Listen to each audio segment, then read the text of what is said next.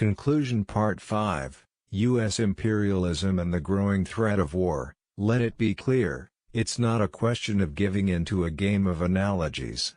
To really understand the political scenario of our time, we have to proceed to the concrete analysis of the concrete situation. It's a task that remains incomplete, largely. Nevertheless, we can define some essential points.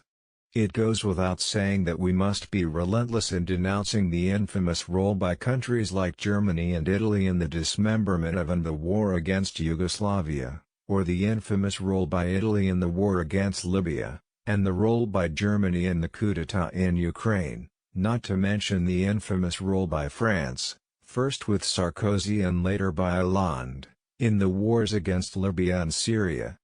But all these neo-colonial infamies, and still others, were made possible due to the U.S.'s overwhelming military power and its hegemonic role, that has often been promoted in a more or less direct way.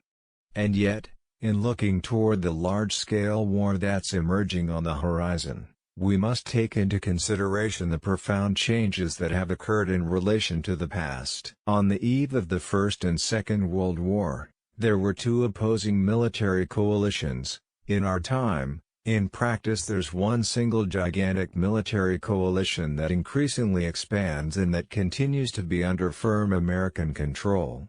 On the eve of the First and Second World War, the major capitalist powers accused each other of unleashing an arms race. In our time, however, the United States criticizes its allies for not dedicating more resources to their military budgets, for not sufficiently accelerating their rearmament program.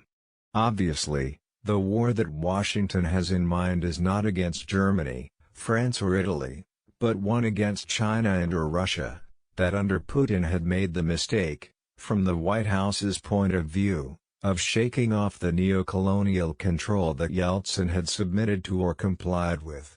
And in this large-scale war, which could even cross the nuclear threshold, the United States plans to carry it out with a subaltern participation, side by side with U.S. and under its command, of Germany, France, Italy and the other NATO member states. It is therefore against the threat of a war unleashed by the superpower that, alone in the world, continues to hold itself up as the nation chosen by God, by a superpower that for a long time has sought to guarantee for itself the ability to deliver a first strike with impunity, by a superpower that has installed in our country military bases and nuclear arms directly, or indirectly, controlled by Washington. We are called upon to struggle against this concrete threat of war.